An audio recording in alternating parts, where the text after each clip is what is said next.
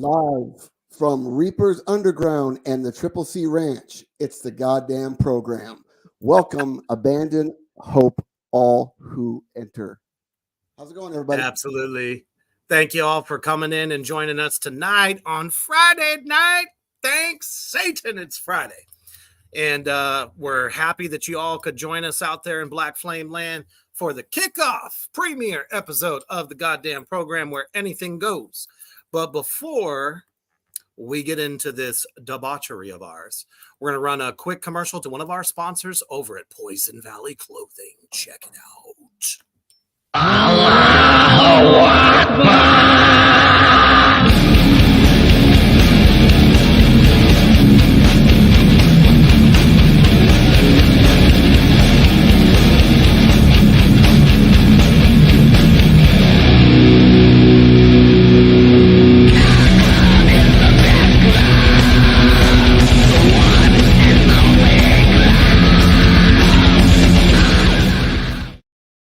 For the best custom horror shirts, horror designs, and some bands that are represented by Poison Valley, definitely check them out on Facebook and get those shirts ordered. He can literally do anything you ask him to. One low price, high quality, and fast shipping.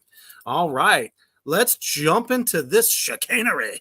Everybody out there who's now coming in, hello, and thank you for joining us tonight. So what's up? What's grinding your gears? We're getting some lag here. You know, the great thing about the pilot episode is, like you said, anything can happen. And I think that your Wi-Fi is possessed by all sorts of evil spirits right now. So it's Friday night, Freaky Friday. We're doing good. I hope you're doing good, Reaper. Oh, you know, I'm keeping it greasy, as always. So, interesting enough, since, you know, this is a very much a variety show. So, one of the things I had come across this morning, I thought was really kind of funny. So, everybody knows that on Reaper's Underground page, I always do like a Satanic Saturday post or a Satanic Sunday post, you know, something fun to make you laugh, especially if you're having a shit fucking day. So I posted this motherfucker right here. Now, if you put your attention to where all the likes and shit are, you see that there are laugh emojis, which was the fucking point. I mean, obviously, I don't look like that in a suit. Actually, I look much, much prettier. But the point of the matter is, you know, we all get this. People fucking are always trying to tear us down for any reason whatsoever, whether it's how you look, the way you dress, your beliefs. If you're showing it loud and proud, somebody's got something to say about it. So, and one of my followers on my page actually shared it. And I didn't think that something so fucking hilarious was going to coin that. So if you look here, it says, you are too true and real and painfully beautiful to be of that shit called Satan. Merely my awesome opinion, though. And my follower says, thanks, Rebecca, but Satan isn't shit. Satan is needed for balance of dark and light. Darkness and light are friends. We just don't realize it. So I just kind of thought it's interesting that something so silly could coin such long conversations on that page. So obviously that dude's friends didn't know him very well. So Carter, do you ever, find yourself in similar situations when somebody, maybe you'd say something just random, like, I'm Satan is my daddy, and somebody like turns it into a motherfucking like third degree? Well, one thing that being that we're men in our late 40s, we grew up in the 90s and the 80s, right? So of course, there's all kinds of things that we're bombarded with when you're growing up. I grew up in the Midwest, and you also grew up in the Tyler? Midwest, correct? So I grew up in Ohio, but I feel like Ohio is very closely related to the Midwest a bit. Sure. Just in thought process. People on the coasts, yeah, they consider it. So my whole thing was when I was growing up, skateboarder with long hair. Yes, I could grow hair at one point in time in my life. Me too. Skater, yeah, believe it. Walking around with various band shirts, everything from Black Flag to Slayer to Hails, Morbid Brother Angel, Bogues. anything that's not, run of the mill for the 80s or 90s, so always getting all kinds of stuff. And the one thing that I really loved was just minding my own business, skateboarding or the grocery store. And somebody hands me one of these little comic books with really cool little stories. And I know exactly what you're talking about. Yeah, the Jack Chick tracks, right? So the thing of it is I was raised Catholic. Good look. Went to catechism, did the whole nine. You know what I mean? Just kind of like raised in my Catholic family, and like without people even knowing anything about me, they come up to me and they assume that I haven't been saved or haven't, or what have you, or I do drugs or whatever. And anybody that knows me knows that I've been straight edge since 1994. So people, exactly. People would just assume because of appearance, that I was on meth or that I was sacrificing goats in my basement or whatever. But the thing of it is like there's a difference between a philosophy and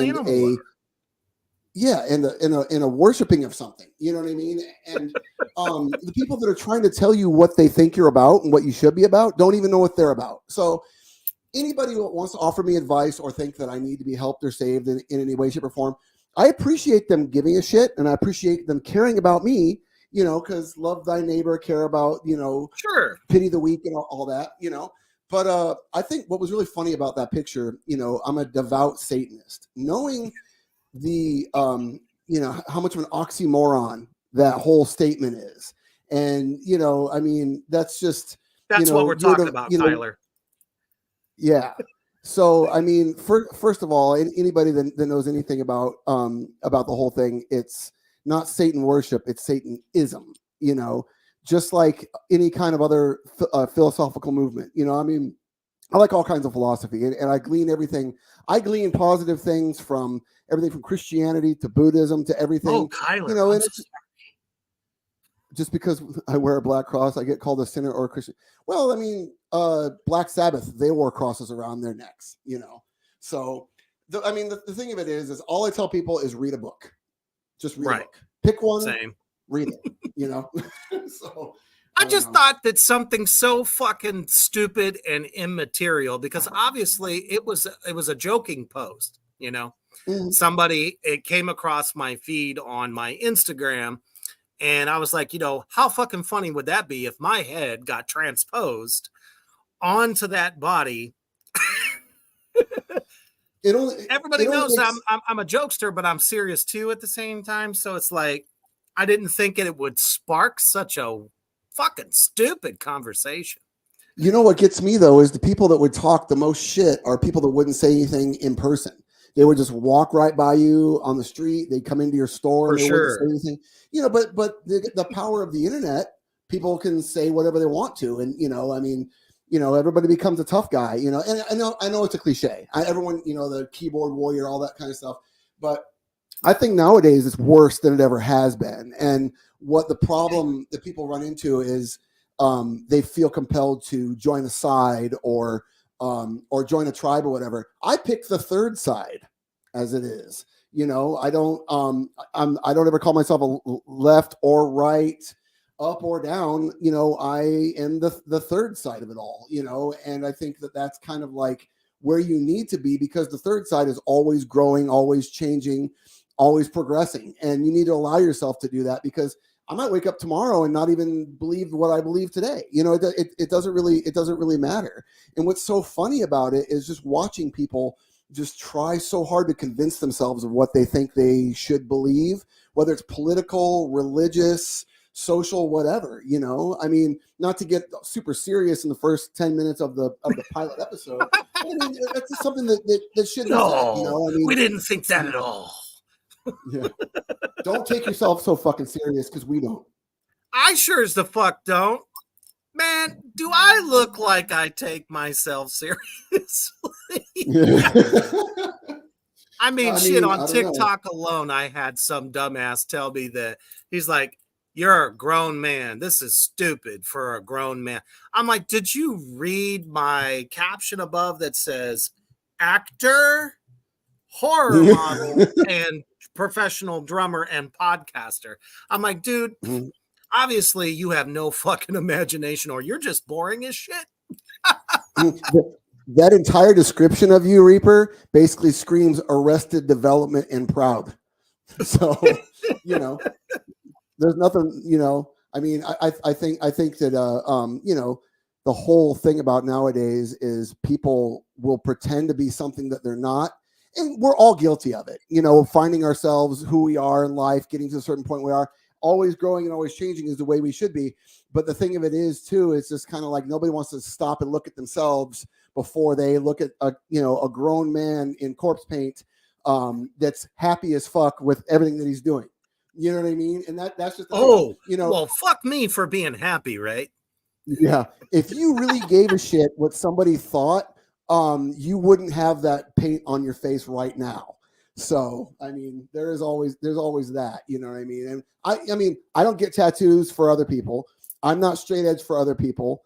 And you look fucking marvelous, Reaper. Just keep doing what you're doing. Maybe it's Maybelline, maybe it's Mephistopheles. Yeah.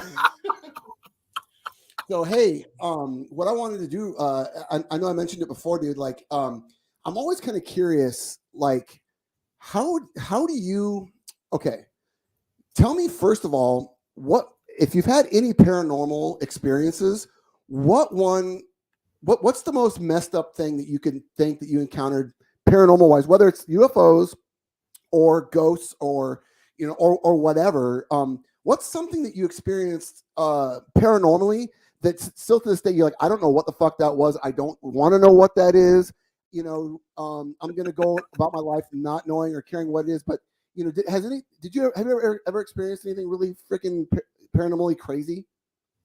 I mean, absolutely. Probably more so in my adult life, because as I've mentioned in an interview that I had did. Well, actually, I was the one being interviewed.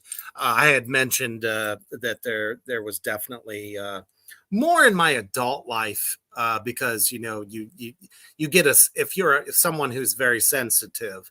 And I don't mean, oh, you're sensitive. I mean, just more so you can feel energy because I am definitely a big believer in energy and people who suck it out. But I've had to do some, just some blessings for people's houses, that they could feel an unsettling kind of presence. And I mean, there is so much shit haunted, it's not even funny. Especially it goes back to when I was a kid, in my basement, and where I grew up, it was kind of like an entire fucking town settled on top of Native American, like burial ground as well as like just like their tribes lived on that ground. So it's like, the energy goes right into the earth either way. Sure. So there was just always something so unsettling about my mom and dad's basement. Uh, and it was always, I'd be down there going through my playlist. This was back when you could, you know, make mix tapes. Mixtapes, hell yeah, dude. That's There how you go. fucking old I am. Oh, And same. it would be what I would call my drum set workout. So I had some Zeppelin, I had some Sabbath, I had good Metallica, some Megadeth, and a lot of other heavy stuff as well, Testament and such things, thrash stuff, lots of it, early death metal, fucking absolutely. And I'd be jamming along, and just out of the corner of my eye, I would see a dark shadow, just a plain dark shadow, nothing very distinct about it other than outline. Right. And I was like, I bet you, and this was long before I even knew the history of where I grew up, like the town. And I just was like, that's got to be a fucking ghost. So I would hurry up, finish the fucking song, and off I went. Yeah, man. That's see, the way I see it is in a very sort of scientific way, and I mean, Sure.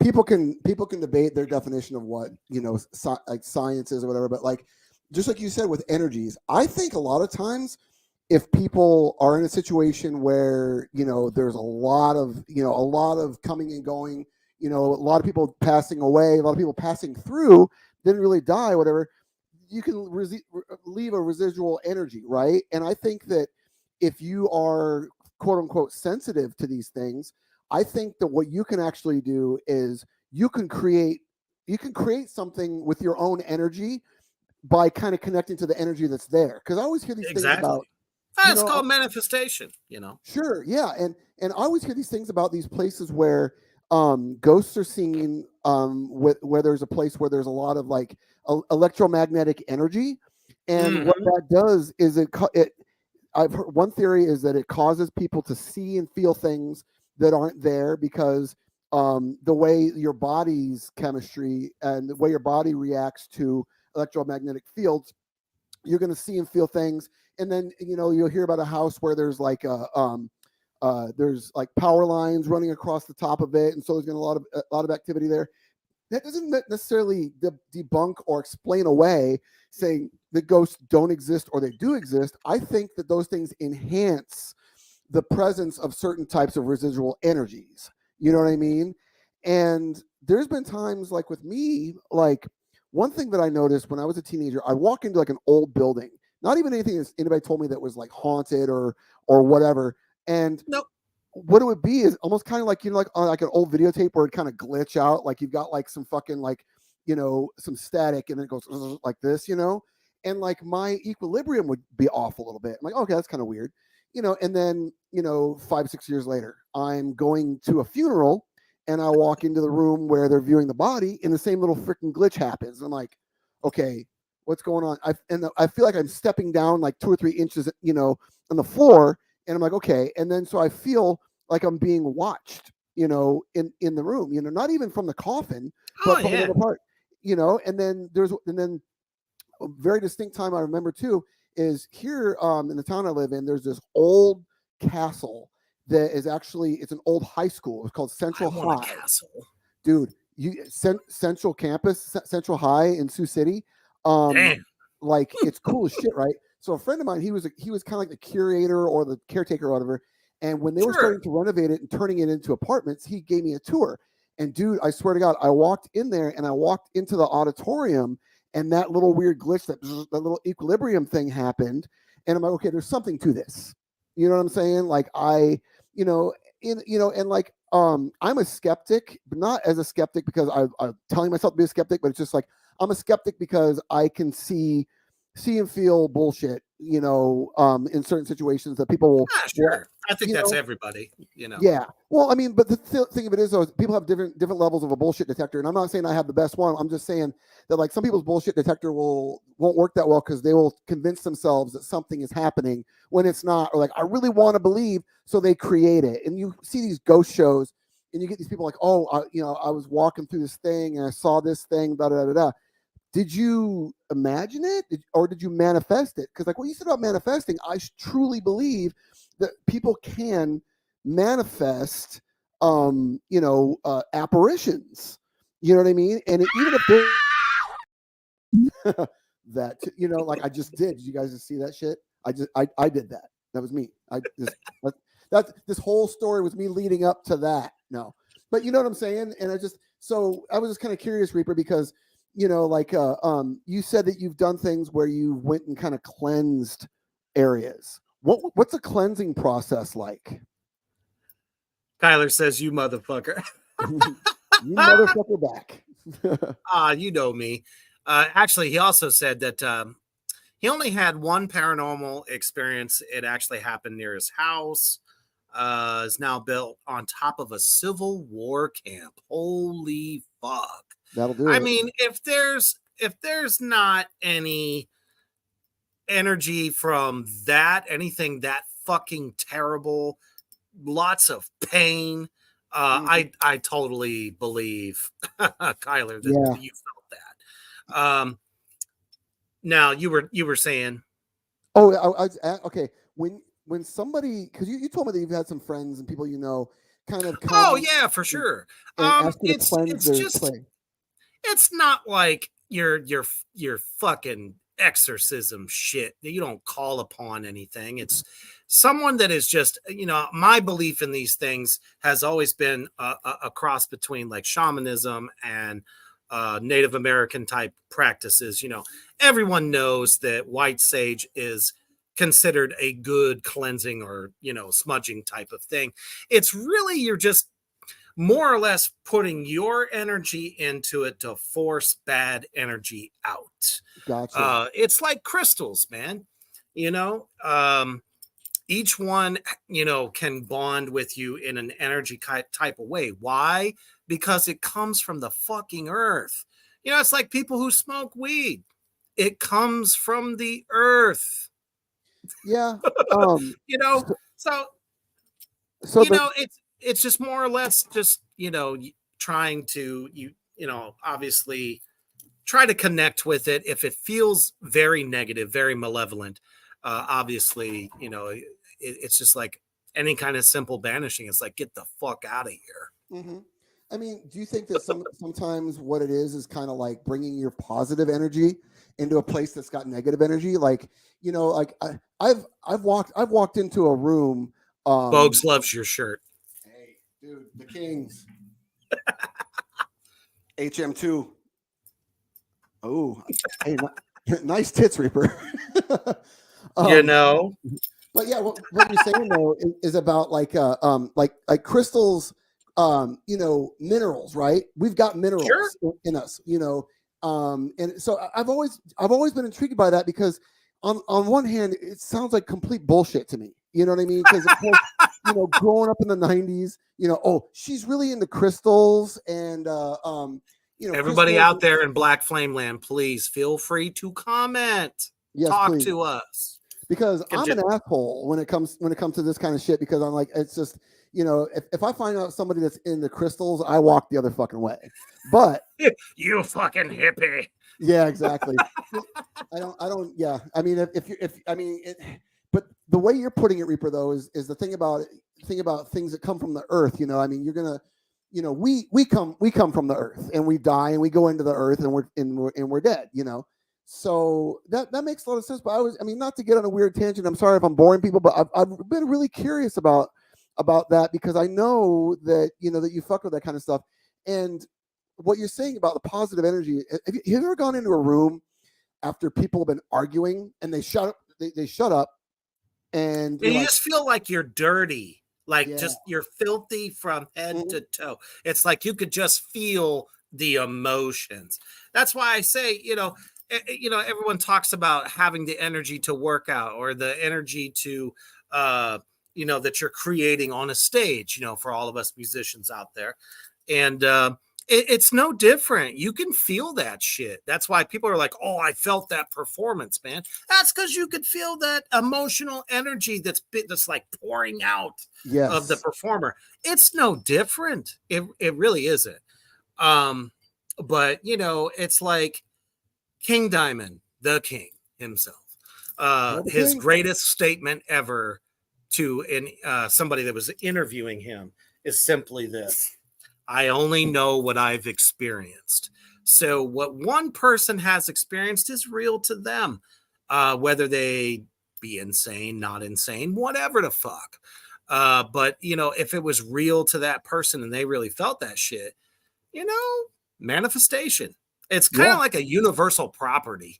That's a really good way to put it, dude. I mean, for real, because what's real to you or what you've experienced, okay. Have you seen the pictures of King Diamond live with the fucking apparitions on stage? Holy shit, dude. You know what I'm saying? Like that, he's on stage and there's like half of a lady walking up the steps. You know what I mean? And like I've heard interviews with King where he's had a lot of paranormal experiences and things like that, and still and we know his his religious affiliation and where he's coming from. Obviously. But I mean the thing of it is though, it's he's always been an inspiration. Oh, dude, 100%. And the thing of it is like my problem with hardcore atheists is people, they don't want to believe that there even is, like that type of energy that we're connected with, because heat. What the fuck is heat? You know what I mean? Heat is energy. You know what I'm saying? So energy is very fucking real. And honestly, whatever anybody believes in that makes them sleep at night, makes them happy, gets them through the day, that's totally cool. You know what I mean? And as long as it's not like reprehensible or don't harm children and don't harm animals, and we're good. Exactly. Be a good, decent fucking human, people. Yep. Don't lay a hand on a woman. You know what I mean? Or vice versa. Exactly. Yeah. Ladies, let's be kind to one another. I know. Kumbaya, fuck you. Kumbaya, fuck you. I know that Reaper has a punchable face, but ladies don't just walk upon. Oh, trust me, my wife is not shy with the whip. Yeah. Hey. Yeah. I mean, I grew up in an Italian household. Let me tell you, if I stepped out of tune, I got a fucking wooden spoon to like the back of my fucking head. Did you ever get the Malloy? Did your grandma ever give you the like Dio, like his grandma? You know what I mean? She give you the horns. Isn't that that's an Italian thing, isn't it? She was a little bit more like, you motherfucker, you. Oh, even worse. She sounds like she'd fucking pistol whip you. Oh man, yeah. They used to call her Big Mama, and she was like 5'1". There you go. And it's definitely not because she was big. It was because her fucking presence just radiated like obedience. Do you think that her presence? Because I mean, just from what I know of you are very, very respectful towards women. You're very old school, traditional, like me, and and I think that's a good quality. You know what I mean? Like, women are amazing. I mean, I grew up with two sisters. I love my mom. You know what I mean? And I think that if you've got a grandma or a matriarch in your family that demands respect, with a fucking iron fist. And I think that was the best thing I ever learned, was the ultimate definition of respect in general.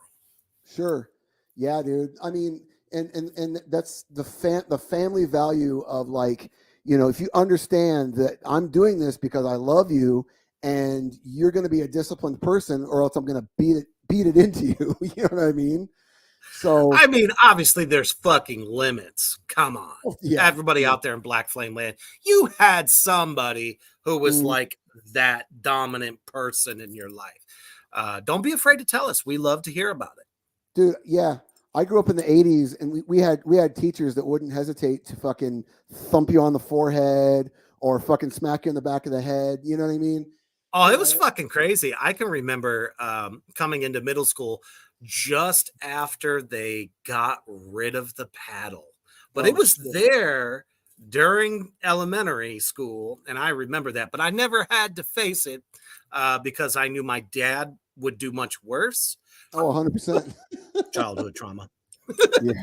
So, okay. Here, how about let's talk origins. So you grew up in an Italian household. So is your Italian Hungarian? Yep. Fuck it was yeah, the best of both worlds. That's a pretty brutal combo, man. I'm not gonna lie. Let me tell you. Yeah. So I mean, yeah. I'm surprised I survived that shit. Then again, I think they ended up being more afraid of me at the end of the day because I grew way taller than any of them. Yeah. And stronger. So it was just like, it's my dad. I can always remember this shit. He's like, you're never too tall for me to reach up and snatch your ass out of the air. Dude, it's funny that you say that. I'm like, of all my blood relatives, like I'm pretty much the tallest. My dad is like about fucking 10 inches shorter than me. I'm taller than all my sisters, but both of my sons, like my youngest, my 19-year-old, he's 6'1". I'm just 6 foot, you know, and my oldest, he's got you by an inch. Yeah, dude. Oh, dude, he's in the gym now. I mean, he's working out at Sean Frankel's Big Iron. You know? Shit. Yeah, he's gonna fuck some shit up. But I don't know. I'm just kind of curious, you know, like people's origins. Like, you know, you ended up in Nebraska of all places. You know what I mean? And well, sure. From what I can tell, I fell in love with my wife. Mm-hmm. Well, you know, it's funny too because I moved back to Iowa back in '98. And that's when I met my wife, and this year I've been with her for 25 years, you know, so, you know, that's just how fucking the cookie crumbles, you know, but I mean, we find ourselves in these different places and you know, and I've moved, I lived up in Michigan in a great area, you know, Kalamazoo, Michigan for a while. And then I moved out to North Carolina, come back into the Midwest, dude. And like, I mean, dude, it's a good place, and I found myself a lot more productive here because I think it's harder. It's harder. Less to do distraction, shit. I think. Yeah, it's harder to do. I mean, don't get me wrong. We live near Omaha. We live near Sioux Falls, and we're about 3 hours from Des Moines. And great area to be in the Midwest. But I mean, one thing that spawns is creativity, that drive to want to do more. Because you're surrounded by so many motherfuckers that aren't doing anything, you know. And I've been pondering that. Like, I'd say probably the last 5-6 years. I'm like, doesn't anyone ever have a dream? And I think like what the hardest thing for most people is they limit themselves by their situation. It's like, nothing's ever going to get better. It's like they convince themselves.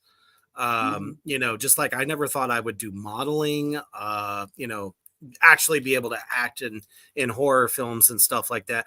I'm like, dude, if you just have that inner fucking strength that just says, I don't give a fuck, I'm going to keep clawing, and people will always call me an old man for this. I swear they will.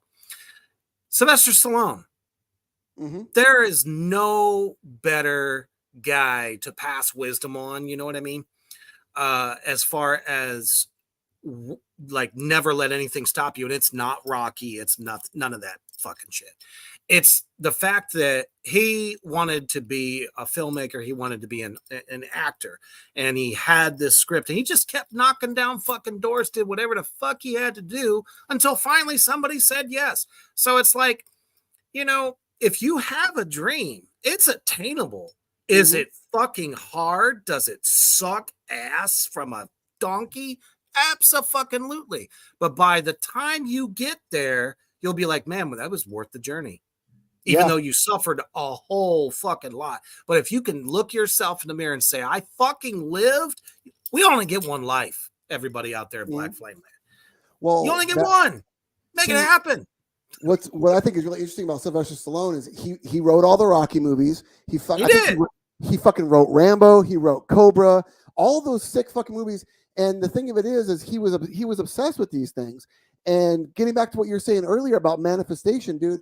Okay, there's some things that I've done since I've moved back. I moved back to Iowa 2 years ago, right? And I was just like, yeah, I want to play with such and such band. I want to do this and I want to do that. But I just kind of had like these things in my head that like, okay, when I get back there, I want to do A through D or whatever. And then, it wasn't that I'm writing it in a notebook. I'm not saying, I want to do this. I'm not praying for it. I'm not meditating on it. It's just when I wake up in the morning and I'm fucking like going to work or I'm driving to work or I'm at the gym or whatever, I just, like, hey, I picture myself on stage opening for TSOL. I picture myself, like doing a podcast and just dumb shit like that or whatever. Then all of a sudden I'm doing it. It's because it's like it's almost kind of like it's already going to happen. You just have to let it happen through you in a way. But at the same time, I feel that if you get in the way of it, you can fucking like, this is never going to happen. Okay, well then it just doesn't fucking happen because you're a fucking. You're idiot. Always your worst enemy. Mm-hmm. I know that sounds cliche as fuck. I know.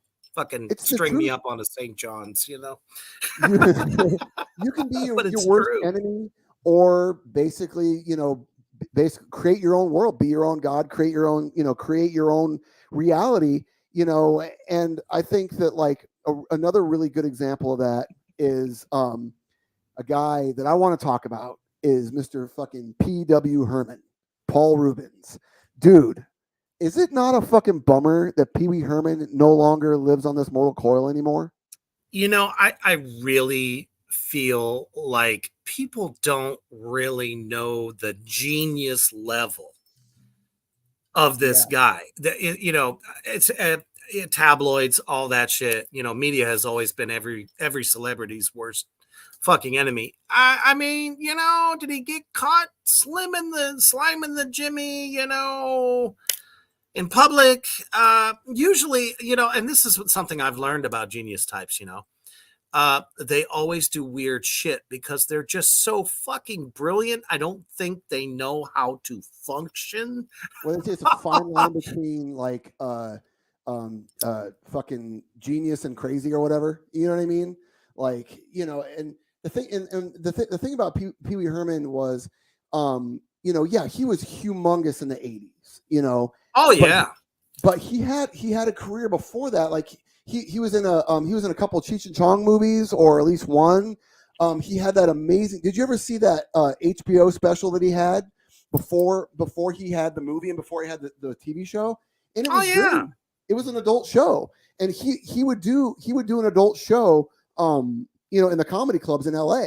And he was part of the underground punk rock scene. I'm pretty sure that he was involved with the drag scene, like the probably the whole Warhol thing. He just kind of had that air about him, of that sort of kind of like that that satanic Americana that existed. I mean, when you've got somebody like Tim Burton that produces your movie, I mean, who is one of my favorite directors. I mean, Beetlejuice, Edward Scissorhands. I love everything Tim Burton has ever done. Period. Absolutely, you get that kind of genius with somebody like Paul Rubens. And the thing of it is, people don't understand. And judge if you want. I don't give a shit who you are. Everyone has their freaky side. The only place that you can who the fuck doesn't? Everyone's got a kink. Everybody out there in Black Flame Land, you do. The only place that a grown, responsible, consenting adult could watch a pornographic film would be a porno theater or a jerk booth at the time. Yeah. And so, but there's a story that I heard recently that, like, I guess when he got busted, he offered to do like charity benefit stuff, so he wouldn't get arrested, and then but the one thing, my favorite fucking Pee Wee Herman moment ever is he's on the fucking the MTV Video Music Awards. He's like, heard any good jokes lately? Right. Terrible Pee Wee Herman impression. I suck at it. I will never do that again. I tried. But anyway, someone that says, heard any good jokes lately, when I know for a fact every kid in my fucking school was making Pee Wee Herman jerking off jokes. You know what I mean? Of course. And then, dude, did you ever see Blow? the character that he fucking played in Blow, dude. He fucking nailed that shit to the wall. He was so good. Dude, and then Buffy the Vampire Slayer. Dude, iconic. I mean, that scene where she stakes him and he's like, ah. I fucking die I just watched that actually right around this, not too long after he passed, because I always loved him in that role, because that was just something you never thought Paul Rubens would do. Yeah. And the fact that he was so fucking good at it, it's just like, that was my go-to. I had to go back and watch it, and that scene every time, fucking die laughing. He's so good. And what was really great about that was he wasn't the centerpiece of that. He didn't have the humility. Yeah, he had the humility to do character acting after he was one of the biggest icons of the '80s. You ever seen that picture? It's David Lee Roth, Rodney Dangerfield, and Pee Wee Herman all hanging out. I have to get that fucking framed as a poster, because that's. I was gonna say, I bet you somebody's got a print somewhere, dude. Hey, I mean, these days you can literally create anything you fucking want to. That would be killer. Anybody wants to get on fucking what is it? Not Etsy. Fucking one of those sites. Somebody make me a fucking poster of that, and message me for my address. There you go. I'm already asking. Any artists out there in Black Flame Land, he's looking for it. Give me free stuff. I want cool free shit. Especially fucking, 80s trash culture. I'm into that shit. No shame here. Dude, I'm telling you, it's sleazy. Like, it's funny, man. Like, there's people that, that know me as that straight edge guy. I'm always the fucking token straight edge dude. But, dude, sleazy fucking subcultures of the 70s and 80s and the 60s, or 60s, 70s, and 80s. And now I don't sound like a complete idiot now. I love it. I love the fucking the cultures of the 70s, 90s, 20s. Yeah. But no, dude, like, I mean, that made us who we fucking are, Reaper. You know what I mean? Like, the fucking you'd watch those old game shows and people be fucking chain smoking on the games, like, playing fucking, 2000 or what was it, $10,000 pyramid or whatever, or password. Or Merv Griffin or some shit like that. Yeah. They got a cocktail. Johnny Carson. I mean, that was the day when people didn't give a fuck, but shit was classy. Everybody, no matter how ridiculous their fucking leisure suits were, everyone looked at these guys as like fucking icons. That's why I loved Anchorman so much. Because I feel like they nailed it, because let's face it, if you were a news network anchor back in the fucking 70s, you were a rock star. And women were just falling all over you. Men envied you. And you look at them, it's like, dude, you and your fucking porn stash, get the fuck out of here. Right? Mm-hmm. But yeah, I totally feel that. And, it was just man's inner beast. Who's the authority on that one? I mean, there was something very, very primal about like pop culture, of that era. And, it's just kind of like, everybody knew that everybody was fucking, everybody was doing cocaine, everybody just had fucking unique ways of hiding it. Yeah, but we had this suspension of disbelief that everything that anybody that was on television was this wholesome pillar, of moral, whatever, and that's how we were raised. I mean, we're both the same age, you know what I mean? And that's what's so fucked up, man. Like, we grew up in an era that's never ever going to happen again. People got away with shit, when we were growing up that people couldn't get away with today at all, I mean, and it's just kind of like, even though it's great that we've come a long way and people are, I can't say people are less pieces of shit nowadays than they were back then. There's just a different style of piece of shit nowadays. You know what I mean? Yeah, it really is just recycled. It's just a little bit more out there because, you know, you didn't have all these, oh, I can like tweet this out in 2.5 Mhm. seconds and the world will know about it. You know, Social back media, then you had big to time. read a newspaper. Not that we're trying Mhm. to date ourselves here, but you know, it's interesting the dichotomy between the two eras. Speaking of which, this actually spawns my next thing. So I gave it a shot.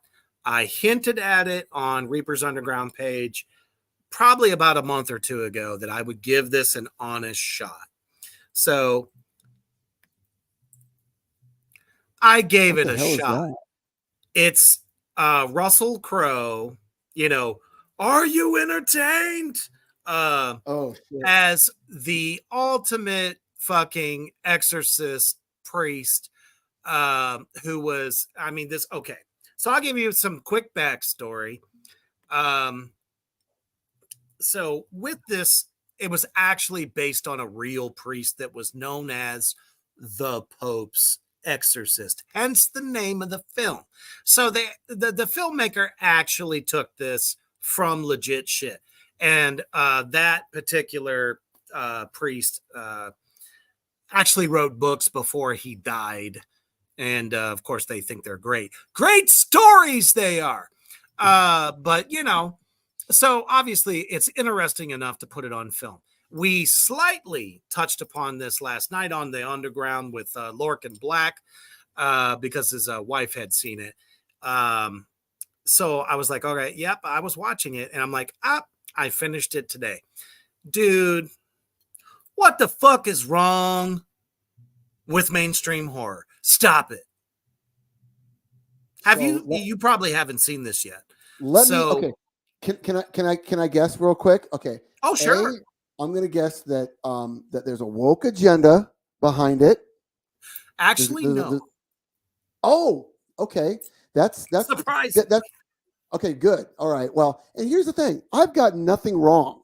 All right. I'm sorry. I've got nothing against people that want to spread to put a positive message in something that they're doing. If somebody believes in something, then by all means, if it's your art, create your art, put it out. But when you do a paint by numbers, stock answer, sort of like, hey, this is where we what we have to say and what we have to do in these movies nowadays, and ruin a really good story that can go in a crazy fucking direction and do something really fucked up, but you hold it back because you want to be of the time. I don't want to fucking watch it. I don't, even if I agree with it. You know what I mean? Like it doesn't matter. Don't fucking preach to the choir. So, okay, point one, good that it doesn't have some fucking Disney Star Wars type of vibe going on. So No. next, okay, so give me the synopsis. What exactly, it's obviously going to be based around one instance where the Pope needed an exorcist, I would assume, right? I mean, it's from the jump. You know, the movie starts off with him visiting, you know, this little hut in Italy, which beautiful country. I hope to actually go one day. Vatican, just so I can. Never mind, I won't say that. But anyway, uh, so you know, it literally was nothing more than them trying to recreate something that has already been done perfectly. But they didn't just stop there, though. They had to probably look at every exorcism film that has come out in the last 40 years and try to pack it into one fucking movie. The age old adage of good versus evil. And, you know, it's Russell fucking Crowe. Did you watch Gladiator, folks? Yes, you fucking did. Man, they got this motherfucker in a horrible Italian accent, I might add, He's which is Australian, isn't so he? fucking bad because the whole time I'm like, dude, that's Maximus from fucking Gladiator. And he's like fighting, the big bad demon Asmodeus. And I mean, now I will say for about 25 to 30 minutes of this film, Asmodeus is kicking his ass, and I'm cheering. I'm loving every minute of it because obviously, fuck that bullshit. But it's like it's recycled, man. Even though they based this shit on the life of this particular priest, um, come on, you ain't fooling like full on horror buffs like us. And all of you out there in Black Flame Land.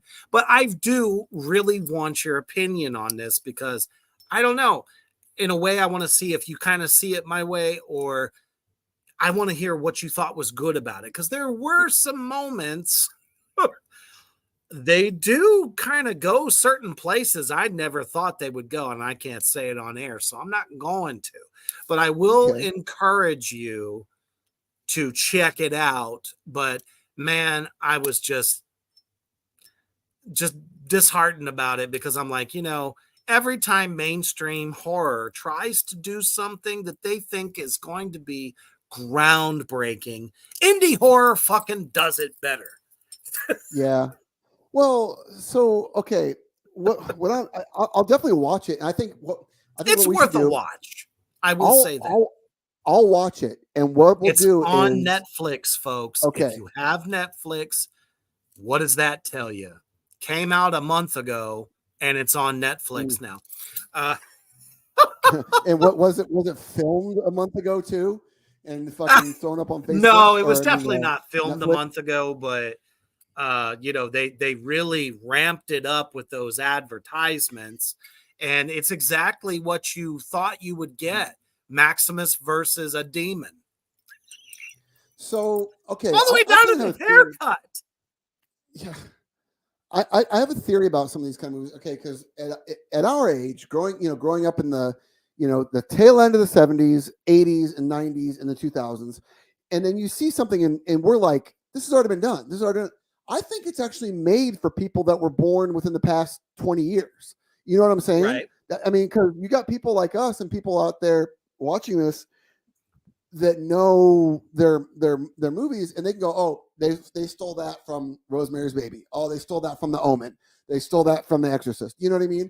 But you get a group of people, a younger generation that hasn't seen any of those movies, and I think these movies are made for them, and which on one hand is not that bad of a, because if they give a shit about horror, they're gonna go back and go, oh well, fuck, man, this somebody said that this reminds them of Rosemary's Baby. I'm gonna go watch that, So it's, I guess I'm kind of looking at it, cup half full in that respect. But from my perspective, if I'm watching something that's just, scene after scene of rehashed shit that I've seen in other movies, then I agree.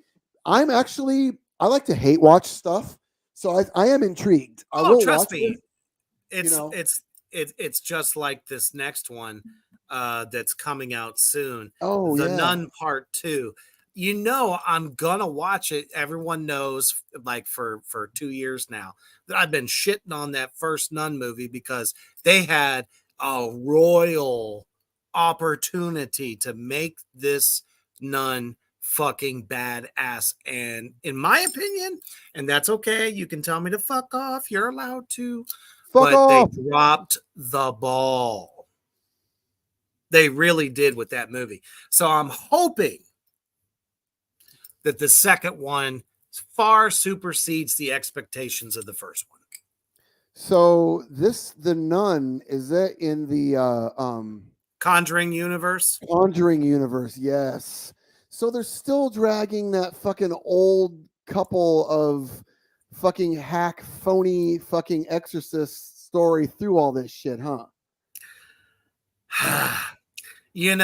And honestly, I will say this though. I when it showed up in the second Conjuring, that's when we really got a big taste of this Valak character. I loved it. I thought it was great. And then they had a full-on fucking spin-off movie and sucked. You know, it was one of my most favorite characters besides the child demon from no, wrong movie. Sorry. Let me try again. Now you're fucking The me the all witch, up, Reaper. God the damn it. witch from the witch from the first one I thought was fantastic, and you got little bits of their different haunted objects or possessed objects. Annabelle was a huge letdown. I'm sorry. I mean, I think dolls are creepy. I'm sure everybody out there in Black Flame Land probably agrees with me. Certain dolls just seem like they have a soul that should not be there. Yeah, dude. But the movies were terrible. Yeah. Okay. So there was The Conjuring, which was the first one, right?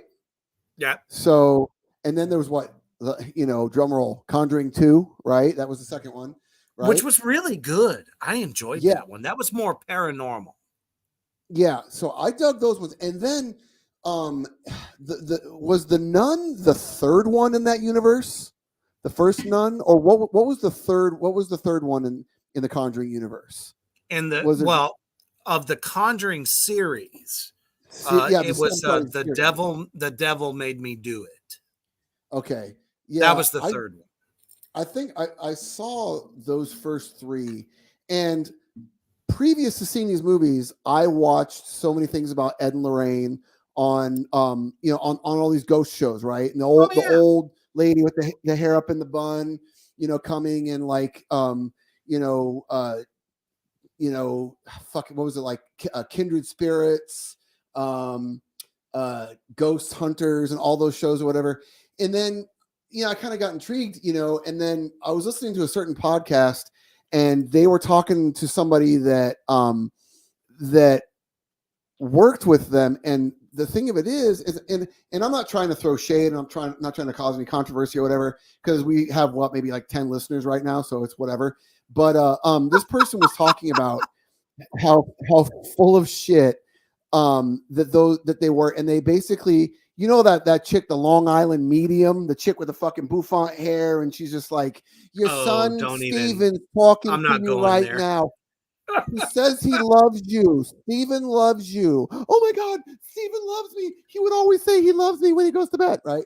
So basically, Ed and Lorraine, they went in. I think they were involved in the Amityville horror situation. They were. Yeah. And the original Annabelle was a Raggedy Ann doll, right? And so they've got this museum, and there's a couple of Dybbuk boxes in the museum and all this kind of stuff, and somebody stole something from their museum, and then when it was in their possession, they ended up dying. Anyway. So there's all kinds of myth and all kinds of stories behind these people. But then there was somebody that was saying that they were connected to some local church that, like, hey, we got the priest coming in and throwing the piss water all over the place and saying his gibberish, and then fucking Ed and Lorraine come in. And the thing that pisses me off more than anything with any of these people is that they walk in the room and they're like, what the fuck are they looking at? They walk in the fucking building, in the house, and they're looking up the fucking ceiling. Why are you looking at the fucking ceiling? I hate that more than anything. I'll be sitting there watching these shows, and I can always tell the ones that are like scientific debunkers, and the ones that are complete full of shit, like Ghost Adventures and Zach Bagans and those fucking idiots. They walk in the room and they're like, they're looking up, right? And then fucking like somebody will fart, like, what was that? I know South Park did a whole fucking spoof on it, but I mean, come on. It's so fucking ridiculous. So fucking I'm watching this show, and like Lorraine, what's her face, comes in, and she walks in, and she's looking up. She's looking up at the ceiling, looking up in the corners of the fucking wall and shit like that. And they say she was never told what happened here, or she doesn't have any back history of it, and blah, blah, blah, blah, blah. And then they do that whole bullshit where it's kind of like, okay, I'm talking to them now it's okay to leave. You can go now. Go ahead and go. Leave. Oh, okay. They left. All right, cool. Fuck you. Pay me. You know what I mean? I don't, so I'm really, really fucking skeptical and really, really critical of demonologists. I think the whole demonology thing is complete fucking horseshit because, you know, I think that if someone is, you know, is possessed, like demonically possessed, I really think what it is they've got mental issues. They've got like they're schizophrenic or whatever, and they're acting out in a way, and they're smarter than fucking people think they are. And they speak in a spooky voice, and they vomit, and you know, and they writhe around on the fucking floor, and then they pay some jackass to come in the house and bless them, and then all of a sudden, oh, the demon's gone later, you know, and then all of a sudden, the fucking sun comes through the fucking windows. And I'm only telling you because I haven't experienced that shit, but that's just what I see from my perspective. You know what I mean? It's just I go back to the King Diamond-ism. Yeah. I only know what I've experienced or what I have seen. Yeah. So you know, but the thing of it I feel you on that though. I really do. Yeah. They're always the same. It's always the same fucking story. It's always the same thing. Like, you know, it's okay to go. You can go now. You can go. And then the sun you shows. Can go where? Where are you going? Are you going to the 5th dimension or the 7th realm? You tell me. Are you going to Valhalla? Are you going to hell because you're a piece of shit? You know, you got this old dude that was fucking like, you know, trying to touch, you know, this old apparition that was trying to touch the lady in the shower, you know, where are they going? You know, it's just like, yeah, exactly. Well, I'm not saying that if I was an old fucking perverted, you know, guy, and some hot co-ed moved into the house, I'd be like, oh, you know what I mean? It is what it is. But I don't know. I'm just skeptical because I guess it kind of falls in line with like the UFO stories, why it's always this, you know, this little white guy with a huge head and big eyes that sticks a probe up somebody's ass, and they all have the same experiences. You could say it on one side of the fucking coin, hey, these people have the same experience, so it must be fucking real. I guess they just thought everybody wanted to reach around. I think so. Yeah. I don't know, man. It's just weird, man. Like, I honestly though, but like you said, you know, you only know what you've experienced because, you know, if there's a certain type of person out there that is more genetically, you know, or spiritually predisposed to being sensitive to these situations that happen, then okay, cool. I can, you know, I can take that. But I've experienced shit before where like I'm walking around, I'll hear fucking like, okay, the house I live in now, we moved in here in early April, late March. And I was walking through the hallway and I heard someone say like, hey, what are you doing with blah? Right. And I'm thinking, okay, my wife's just got the TV on in the other room, whatever. And then I go in the room, the TV's not on. And my wife was in the bathroom. She wasn't on her phone. And, you know, every once in a while, if someone's like on Snapchat or whatever. Sure, you hear a voice like out of nowhere. You get disturbed and you're like, what's going on? Yeah. Oh, you're on your phone. Okay, cool. You're playing a video through the speakers, or whatever. But it was nothing like that. So like there was 2 instances in this house where I just heard people talking. And then so I recently adopted a silver lab puppy, right? Right. So at night, we'll put him in. What's that? I said congrats, by the way. Thank you. He fucking rules. I named him after Jocko Willink, my favorite Navy SEAL. Fuck yeah, dude. Anyway, so we put him, he's kennel trained. So we put him in his kennel at night. He barks for a little bit because he wants to come out and play. And, you know, so whatever. So he'll bark for maybe about like, you know, 2 to 5 minutes. And then he goes to sleep, whatever, right? So what I've been experiencing lately is he'll bark, and then he'll stop. And then I'll be laying there in bed and I hear a distant bark, a distant kind of like, you know, whine bark. And I'm like, God damn it, dude. And I fucking go out in the hallway and fucking open the door and kind of like, you know, just check on him and shit like that. And I'm like, and he's just fucking laying down. And he just looks up at me like, what the fuck? And I'm like, that's honestly, you know, how I feel. I'm like, okay, what's going on? You know how like if you have your phone in your pocket, they talk about, you know, phantom vibrations. I've had phantom vibrations in my pocket. My phone's been on my table, right? So anyway, not to get goofy about it, but like I think that I've had situations that have happened to me paranormally or whatever where I can't explain it. I'll hear a noise, it's just kind of like, but like, because I'm an asshole skeptic with a lot of things, I'll just bypass it. But then I'll think about it later and I'll be like, yeah, I'm like, and I think what it is at a young age, I learned how to just block shit out to not freak myself the fuck out, because I couldn't watch horror movies for the longest time, even through my 20s. Just because I'll be laying in bed and I'll fucking like, dude, I think I was probably 28, 29 before I stopped moving the fucking shower curtain in the bathroom before I went in to take a piss. You know what I mean? Because you just never know, But yeah, it's just crazy. And then, like you were saying, kind of back to what you're talking about, like with these movies, man, like The Nun.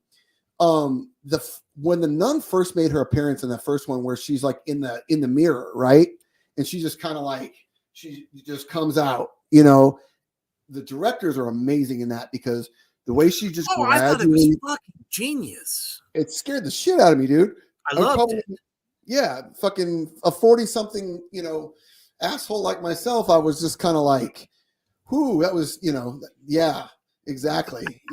So fucking phenomenal. But like what you're talking about with mainstream horror, man, like it's not even anything about them people trying to insert anything political or any kind of moral thing. They're just trying to rehash old plot.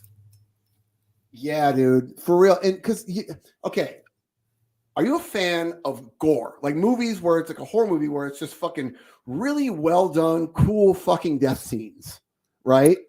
Like, absolutely. Terrifier, Terrifier 2, and I can't fucking wait for Terrifier 3. Yeah. So there's what I call, splatter porn, and it's just kind of like the first fucking thing I ever called splatter porn was the Final Destination movies.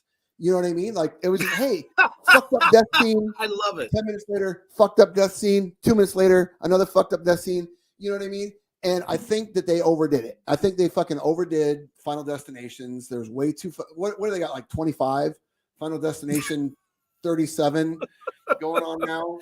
I mean, a lot could be construed, right along with, let's say, Friday the 13th or the Freddy franchise, or, well, let's face it, Halloween has been reimagined, 57,000 times. Yeah. And some of them were really, really good. Mm-hmm.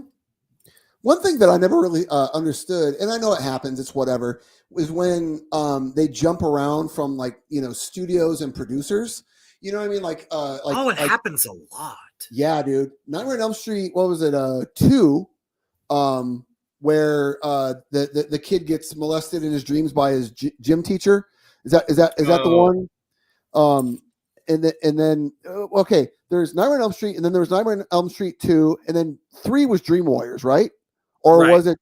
Okay, so the one in between, the really weird one, where the kid has the dream and he's in the gay club. You know what I mean? Do you like that? Was like, apparently that wasn't even Wes Craven. It was. I mean, I love them all. I take them all for what they are. They're fucking great. Nightmare on Elm Street is probably one of my favorite horror franchises. But definitely the most imaginative. Yeah, dude. I love Dream Warriors. Absolutely my favorite. And I've talked to a lot of different people, and they all say the same thing, man. The Dream Warriors film was like the one of that franchise for them. And I mean, I can't disagree, but that first one, though, there were so many moments in that film, even though they were on the most limited budget. Honestly, Wes Craven didn't even think nobody knew that it was going to become iconic. It's kind of like the first Terrifier. It was the same thing. They didn't know that they were creating the next iconic character. Yeah. So I still have to say, though, that first film, holy shitballs, even though he was barely in it, but it even got better by the time, Dream Warriors came out, because Robert Englund stole the fucking show all the way through. Yeah. I think that Robert Englund was the thing that saved Nightmare on Elm Street 2, because Absolutely. he had more one-liners and he was more in there. I think the cool thing about the first one though is I kind of compare it to Jaws a little bit. Like Jaws was about this crazy fucking shark that was just killing everybody, but you didn't really see Jaws until like the end of the movie. You know what I mean? Like they were finding the body parts in the water. There was some really cool fucking dialogue. We're gonna they need really a bigger set boat. it up. Yeah, and then it finally fucking happened. You're like, holy shit, right? And then the first Nightmare on Elm Street, dude. I remember it was so fucked up. Back in the 80s, I think we rented it on VHS during the week, like a Thursday night or a Wednesday night. We watched it after dinner, and dude, I fucking couldn't sleep. I didn't sleep at all that night. My dad came in my room numerous times, gave me some water to drink, helped me get comfortable, and retucked me in my bed, sat there and dude, fuck me all up, dude. And I think, by the time the first Nightmare on Elm Street movie came out, I think maybe I was in like 5th or 6th grade or something. But like, dude, it was fucking like Johnny Depp gets sucked into his bed and then fucking like the blood vomit goes up into the fucking ceiling, and then fucking. It was genius though, dude. It was so goddamn good, and Dream Warriors. Because that was like the best time for horror movies in the 80s, I believe. Like you had Shocker. You had the most originality. What's that? I said they had the most originality. Yeah. And I think the fact that they had kind of like the fantasy aspect that they could fuck with, For sure. dreams. Anything can happen in a dream. Which gave them license to pretty much kind of like be like, hey, anything can fucking happen. We can go crazy with this because it's a dream, which fast forward to like bullshit like Roseanne, where there was like that season where she won the lottery and then fucking they were rich and all their problems were solved. And then, she woke up and it was a dream. You know what I mean? And then fucking like on Dallas when fucking JR got shot and then fucking Patrick Duffy had a dream. Or whatever, you know what I mean? And I think that the best fucking thing that ever used the whole dream aspect was Nightmare on Elm Street, because you had this guy that came to you in dreams, and who would have thought that a child molester that got fucking burned in a furnace would become one of the biggest icons of the 80s, you know what I mean? Well, the concept, let's just put it like very plain. The concept of a slasher, because that was like the flavor of the 80s, especially due to Michael Myers, Leatherface, and Jason Voorhees. But no one ever thought that a slasher could appear only in your dreams to get you. That concept was so psychologically on point. Yeah. And they never came out and said it, but he's considered a dream demon. Okay. Because they killed him, right? Burned him up. Therefore, he is supernatural and he can only get to you through your dreams. So, I mean, Wes Craven was just a fucking genius with that one. Yeah, and the fact that he did it in a very modern way instead of in a mythical way. Sure. That's one thing that really kind of like, made it a real thing, and apparently like the sweater that he's wearing, and it was from Robert Englund's like own wardrobe or something that he just wore, or some like everything was happening before they got any fame. Mm-hmm. Sure. Everything was basically by accident with a lot of that. And what I thought was kind of cool is so Wes Craven was from North Carolina, and for 15 years I lived in North Carolina. I lived in Craven County, and we had a high school that was West Craven High.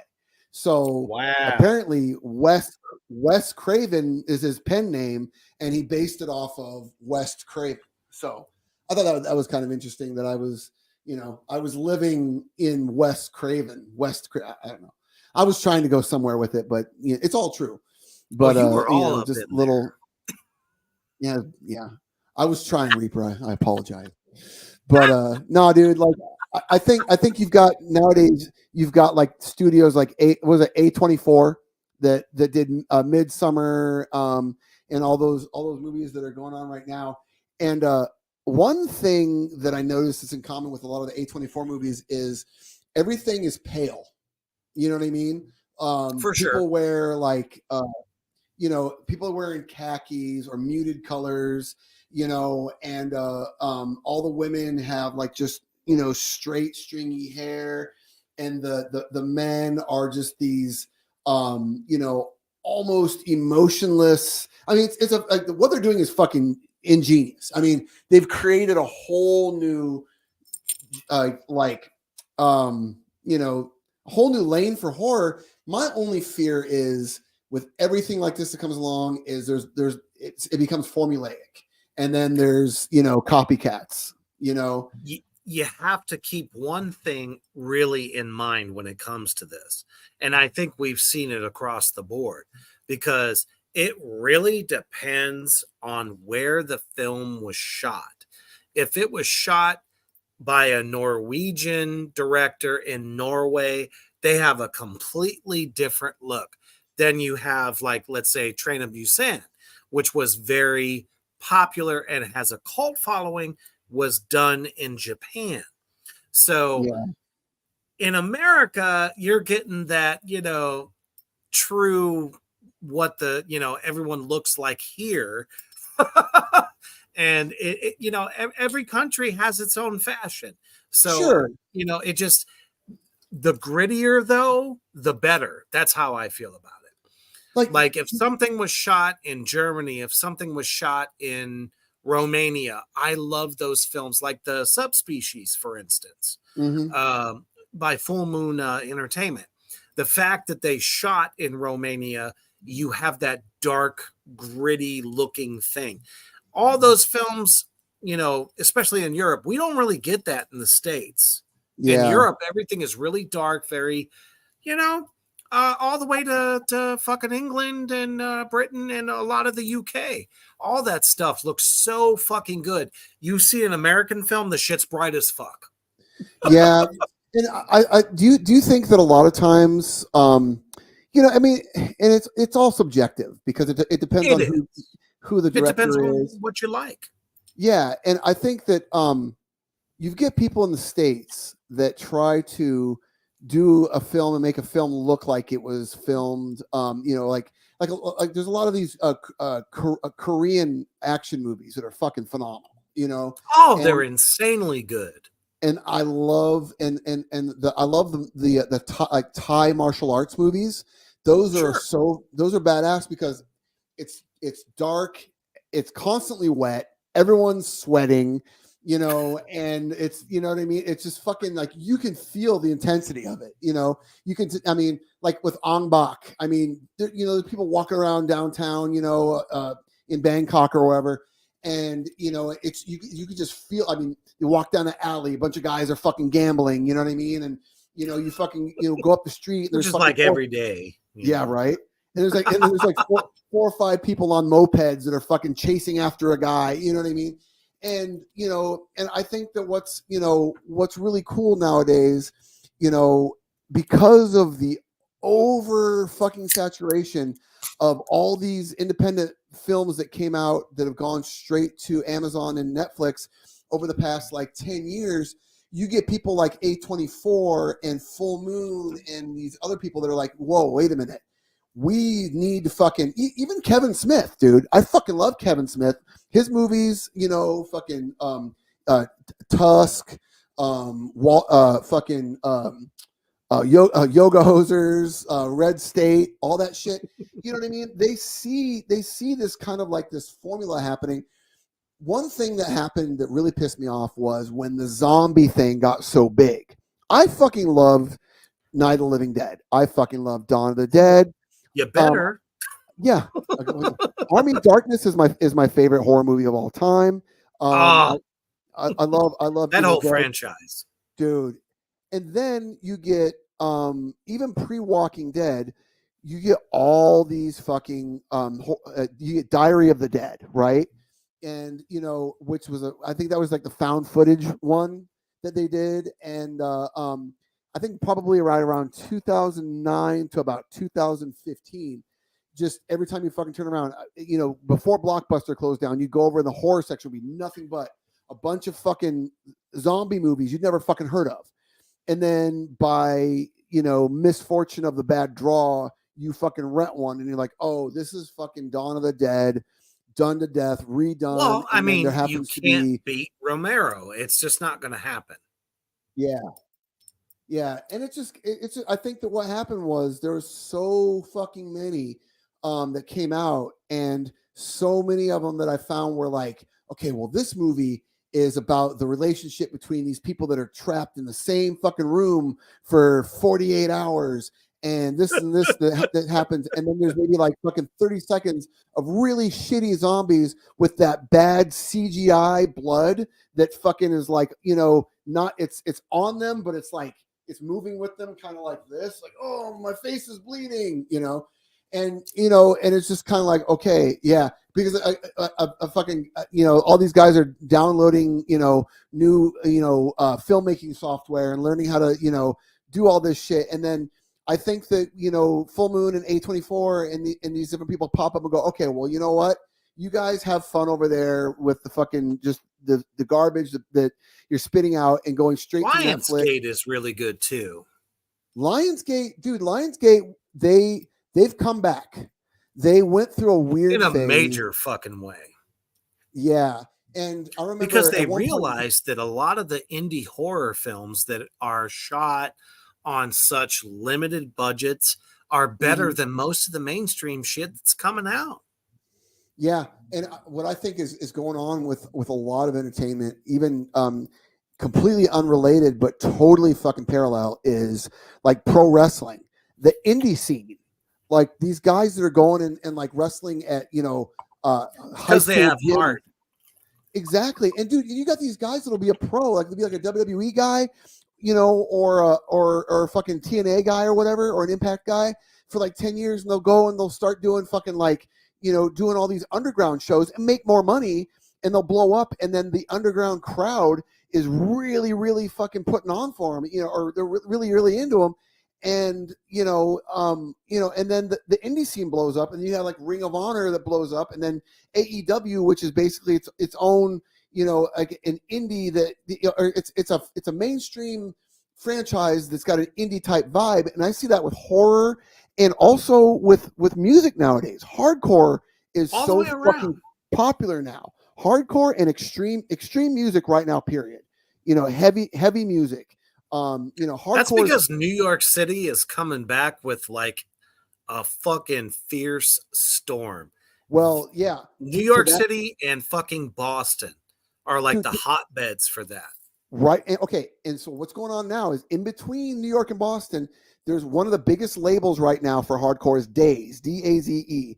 And their big thing is Northeast, right? So they've got bands from Philadelphia, Delaware, whatever. You've got bands like Pain of Truth, Simulacra, Power of Fear, fuck dude, just all these great bands. And and then you got these bands that are from like California, like Drain, Scowl, and then you've got like all these bands that are hardcore bands that are playing Coachella, hardcore bands that are playing fucking Bonnaroo. And the great thing about it is there's a huge metal influence with a lot of this stuff. Even like one of the biggest bands right now Cro-Mags. Dude, yeah, the resurgence of the Cro-Mags for sure, dude. And people are doing two things. They're going back to the 90s and going, hey, what made this shit really fucking good? They pay homage to it, then they bring that back. And then another thing that they're doing is like, okay, well, I'm a hardcore kid. I grew up in the hardcore scene. I love extreme metal. I love punk rock. I love hardcore. I'm going to do my own thing. So you have these fucking bands that are blowing up, like that are unique. They're their own thing. You got bands like Turnstile, Knock Loose, Inclination, Drain, Scowl, and a lot of bands that are doing grunge throwback and mixing it all together. Point being, with underground wrestling, underground horror, and underground music, there is no such fucking thing as underground anymore, because the underground is what is running shit nowadays. The underground, Reaper's Underground, is fucking running shit nowadays. which is what I want to be saying in 5 years from now. But you know It's what I'm like I saying, though? said, folks out there in Black Flame Entertainment Land, the underground is where the real art is. It truly is, man. Across the board. I Mhm. will say that to my last fucking breath.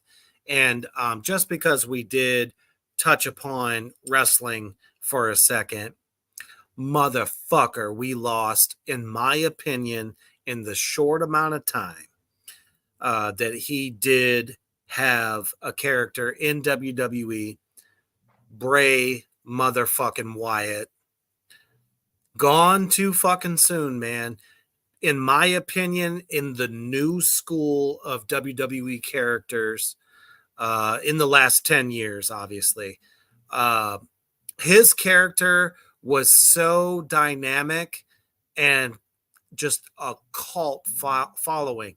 Man, we lost what in my opinion, in a short amount of time, a legend, because since The Undertaker, there has not been a dark character that, in my opinion, hit so fucking hard Mhm.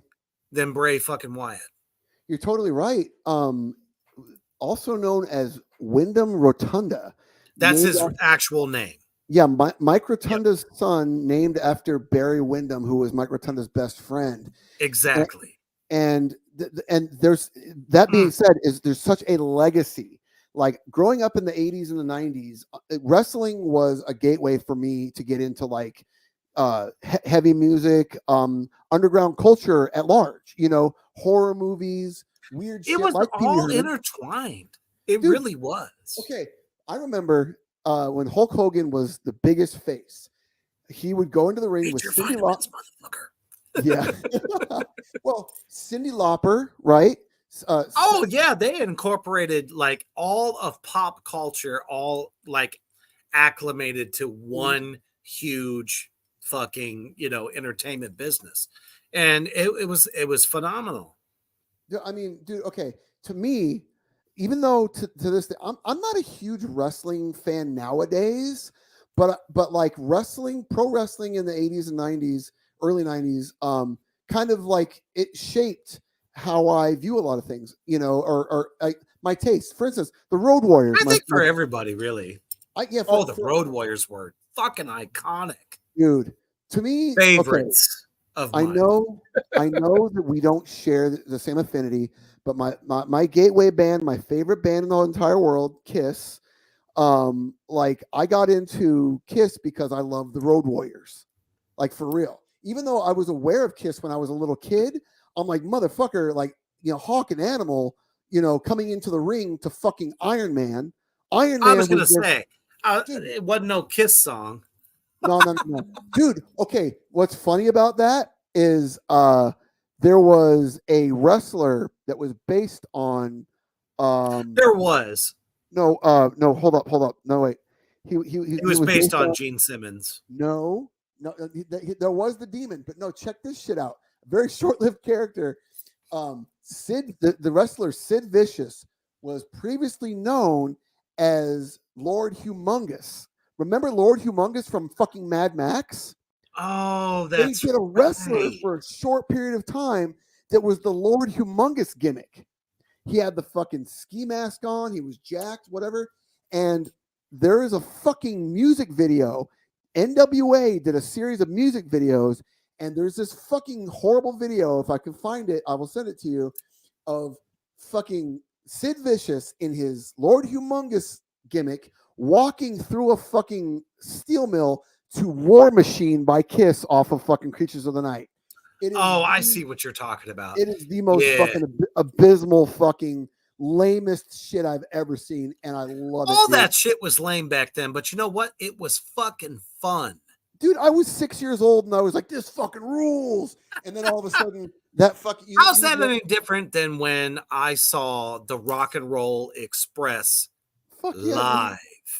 Oh, jealous. Convention centers used to be like the best fucking place to catch any of those, like what they call house shows, not the big arenas and all that shit. It was the convention centers across the United States. Man, Yeah, They dude. were larger than life to us. The They smaller still market, are for a lot of dude. folks. 100%, dude. Hulk Hogan turned fucking 70 last week, man, and he is still fucking vital as fuck. Looks amazing and steroid free. Dude, I know guys that are in their fucking mid 30s that don't fucking look as good as Hulk Hogan does. Fucking Arnold Schwarzenegger at 77. The fucking man, dude. I'm all about fucking Pumping Arnold. iron where he did back in the fucking 70s. Still killing it, man. You know what? Let's say it. Sylvester Stallone, same story. 76 years old and still. I mean, if I could look a fraction of that good when I'm 77, shit. As much as I love Sylvester Stallone, we have to admit that he had an intense amount of plastic surgery on his face, and sure, and also not that I'm against it, because he just didn't want gooseneck. Well, yeah, exactly. Let's be real. That's why I fucking have this facial hair, is to cover up my fucking turkey neck. But but like Tulsa King. Have you seen Tulsa King yet, dude? Tulsa King. I am so loving it. It's the role, in my opinion, that he should have played fucking years ago. There's nothing more Italian than motherfucking Sylvester Stallone. Yeah. And the way he grew up around that shit. It was made for him. So good. Hell's Kitchen, I think, is where he's from, or some shit. Dude, funny fucking, you know, that we're talking about Sly again. Right. His first role was, he was the Italian Stallion. He was a porn star before he did Lords of Flatbush with all those guys. Fucking Henry Winkler.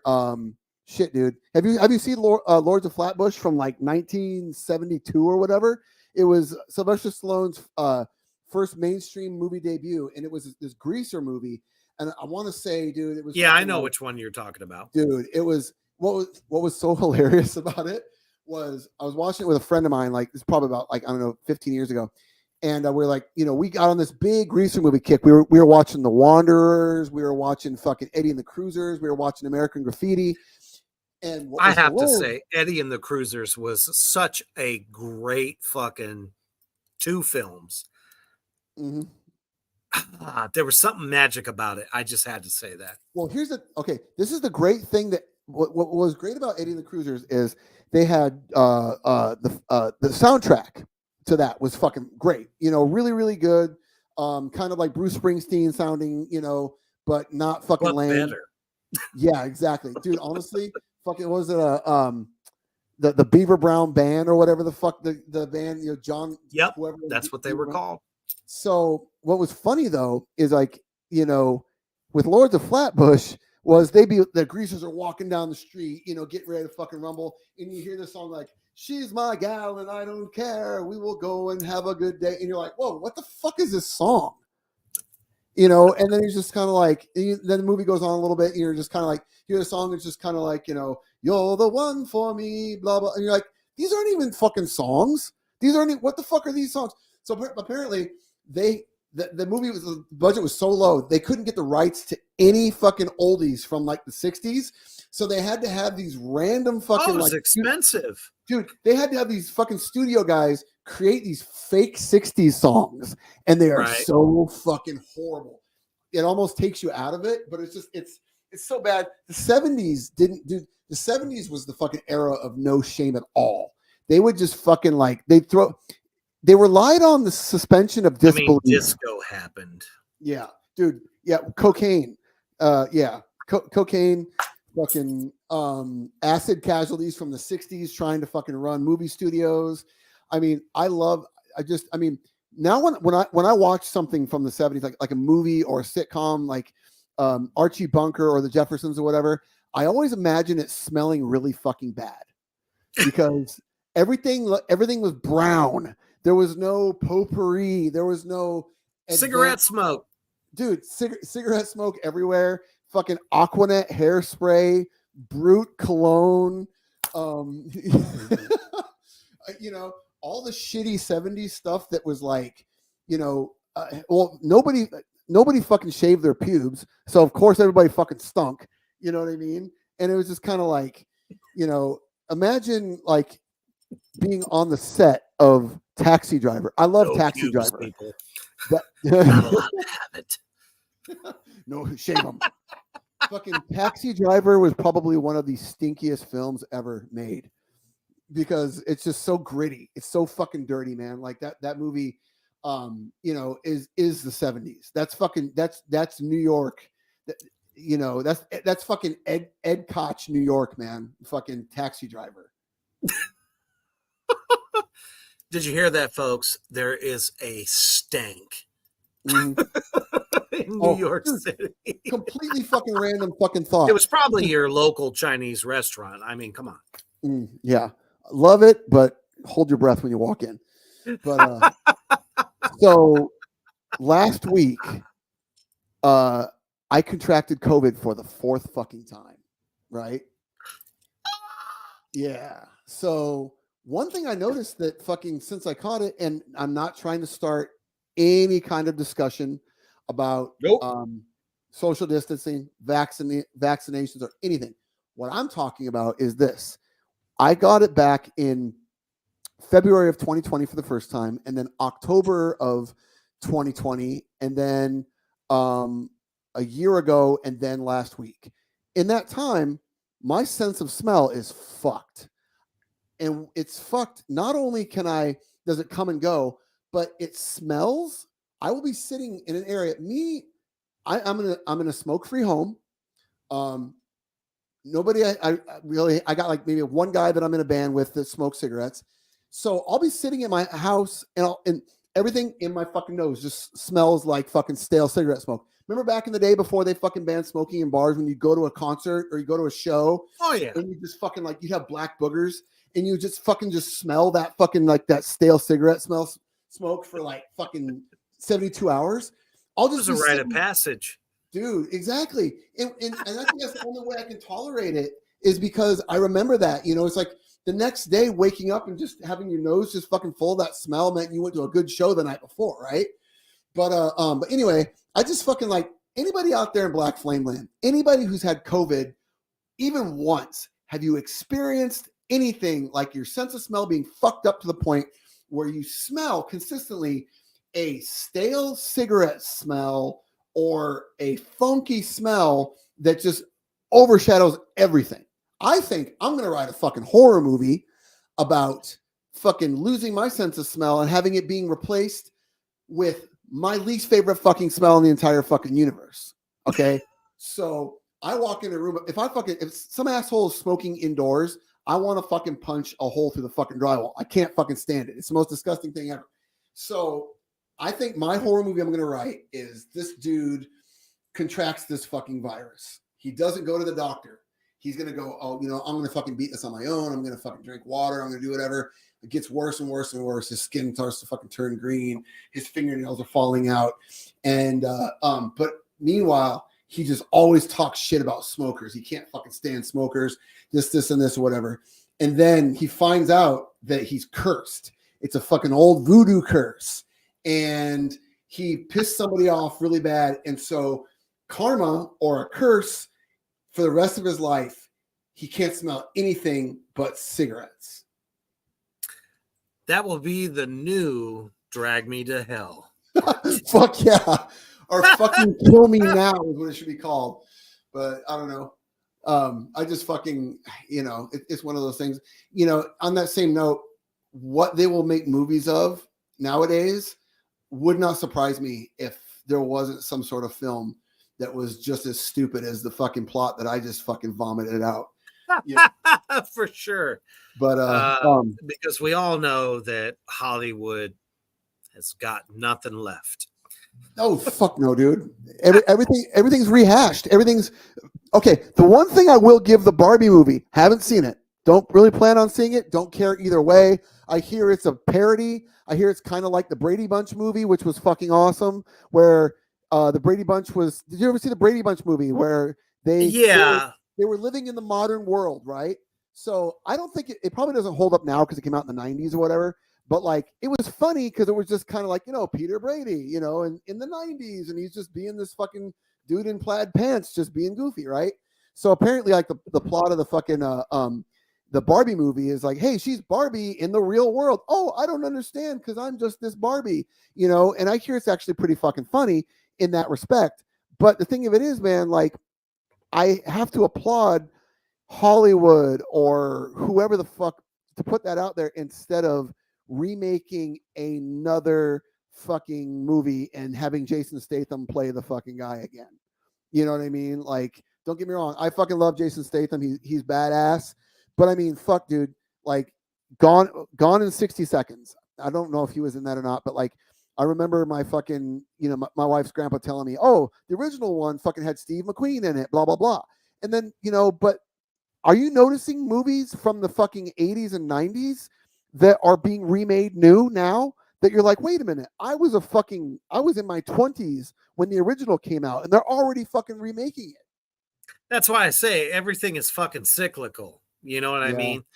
A lot of the great films we had, let's say in the 90s, along with the early 2000s even, were films that were done back in the 60s, 70s, and then you see cameos because a lot of those actors are still alive. Yeah. You know what I mean? Like The Italian Job. Mm-hmm. That's an old film from the fucking 70s. So, it was just done bigger, better, but still like paid homage, to the original.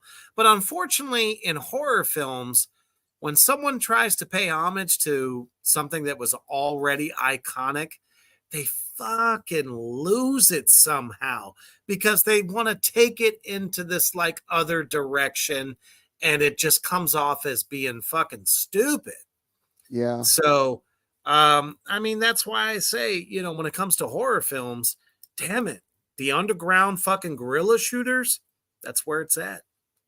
Yeah, and what I think was practical effects as well. Yes.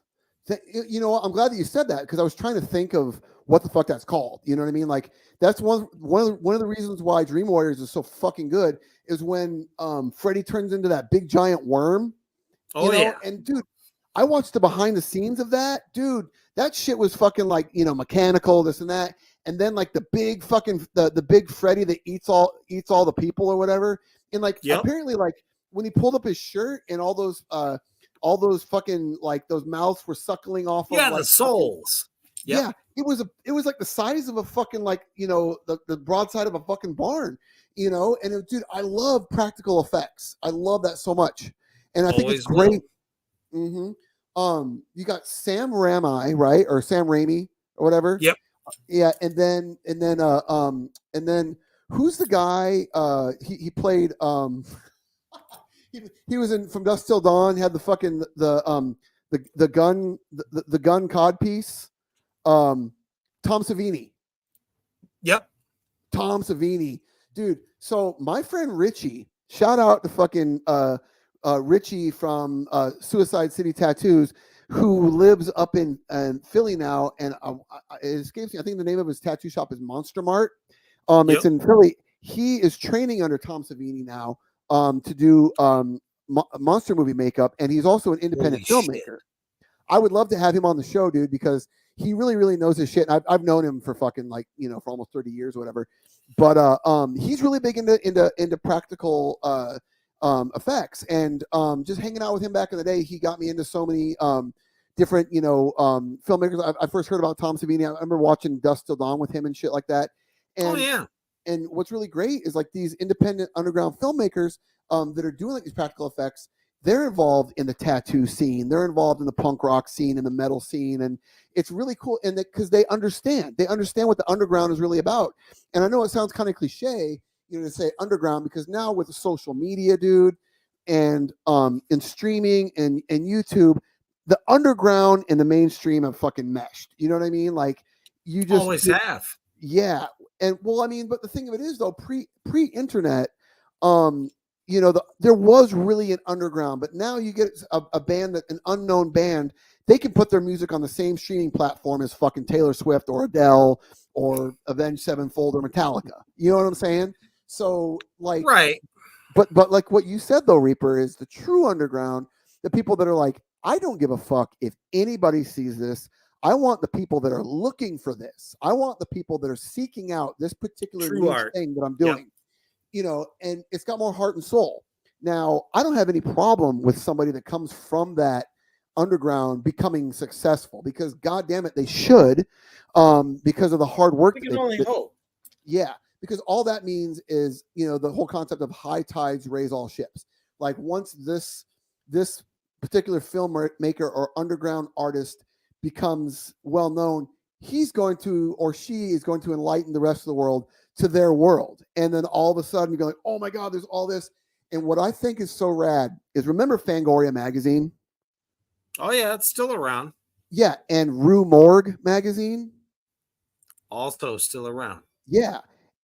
Those magazines, like they showcased not only the fucking, the prime mainstream bigger horror movies that were doing the damn thing, while they also shed light on the people that were up and coming, and they still do. Yeah, you hear about these underground studios and directors and special effects people, in these magazines, and then 6 months later, oh my God, everyone's fucking talking about them, and so that's what's so fucking great about. I actually thought about getting a subscription to Fangoria again, just because, like, dude, Worth it. Yeah, dude. I mean, print media is dead, but it still exists. I happen to know of a sexy motherfucker that is on the front cover of some print media that's coming out. Why don't you tell them a little bit about your fucking debut front cover centerfold, hopefully not naked, not gonna lie. No. Layout. Come on. Do some fucking BBW. Definitely not porn. that. Yeah. For Morgue Rot magazine, it's actually my second cover edition. Nice. Only I have an interview within it, as well as I've been immortalized into a card game called Killers, the That's card game. Awesome.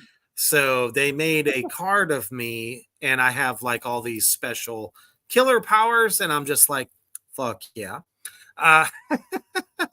As well as you get a free CD, which is the Morgue Rot playlist.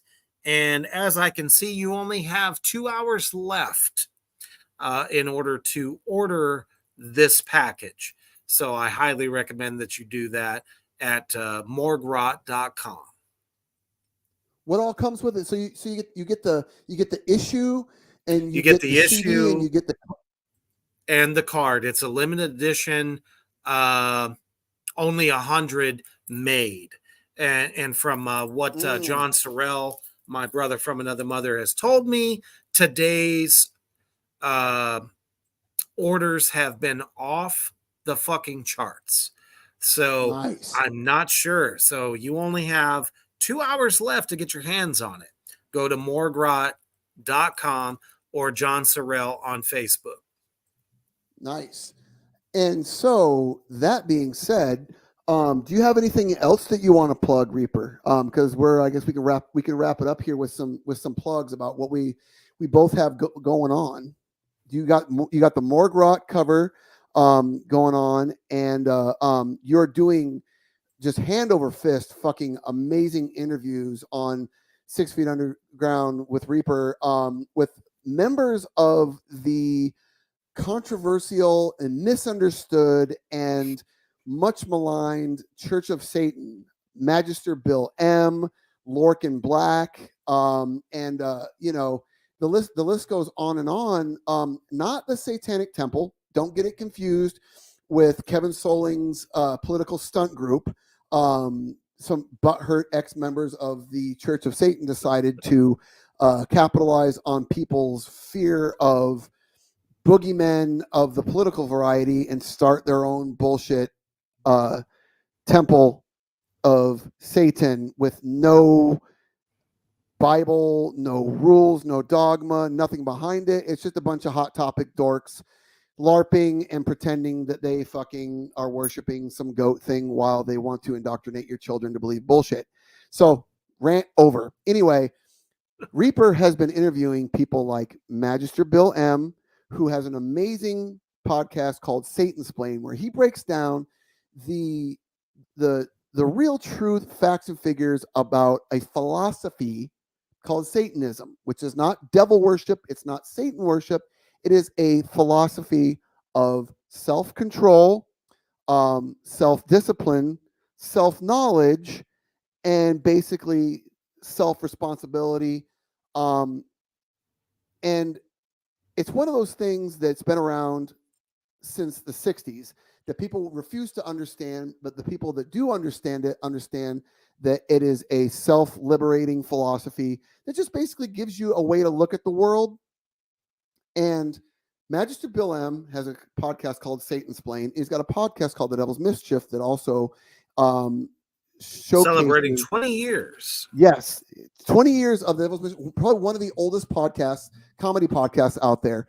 And then we've got Lorcan Black, who is an accomplished musician and author, who Reaper just interviewed. What was it, last night, I believe? Yeah, it was last night. It was absolutely a fucking blast. What a great human being. Great. Such a cool dude.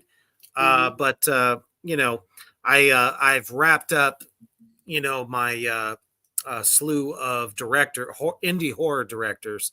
As a matter of fact, I have an actor coming on next Wednesday night on Black Flame Entertainment, Reaper's Underground, by the name of Joe Rosing. And he's actually up for an award right now for his role in Desperate Souls by Acrostar Films, which I actually have recently acted for in the upcoming Attack of the Corn Zombies. And he's just an awesome dude. He does so much.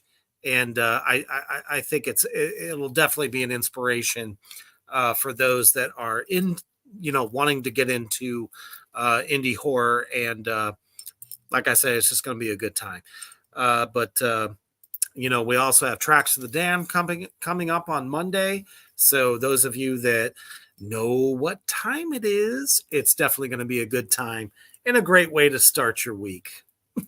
Yeah, the great thing about this new network, Black Flame Entertainment, everything is pretty much new right now. We're trying a lot of different things. We are basically, like we said earlier, this is the pilot episode of the goddamn program.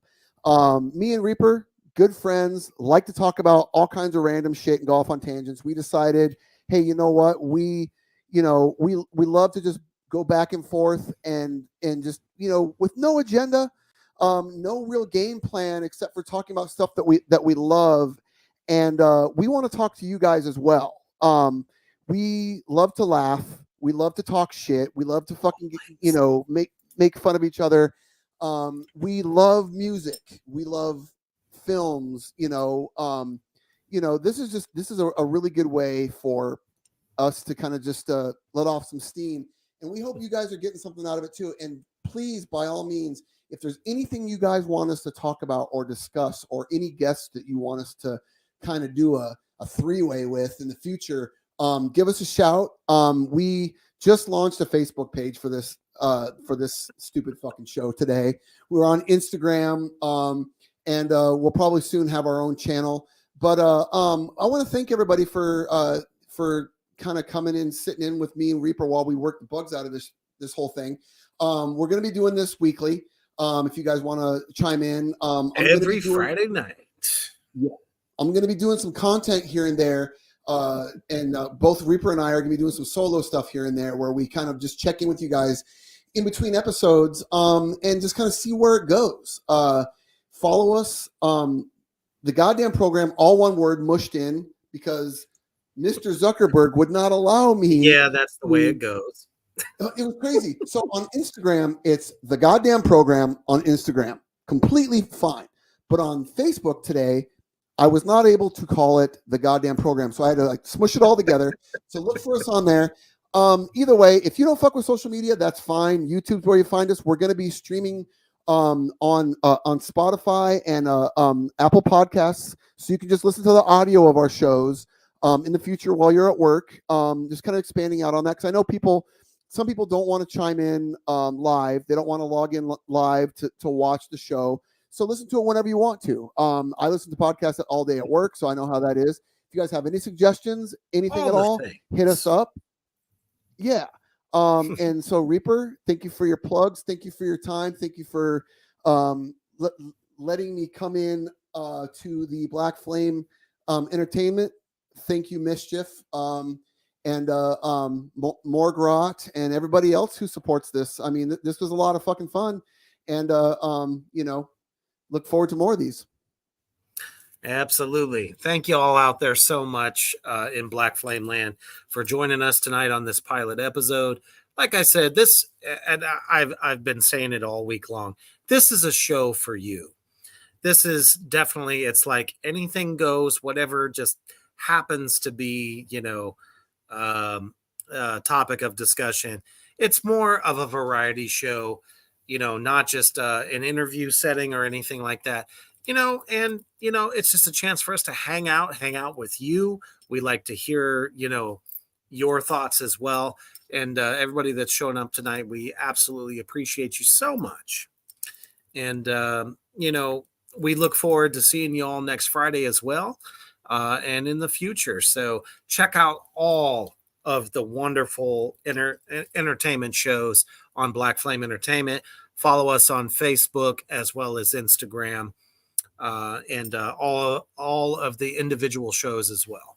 So as you're about to lay it down for the evening, after we have completely mind fucked you here and there on so many different off topic shit, whatever just happens to come off the top of our heads, really. The most important thing is always stay heavy.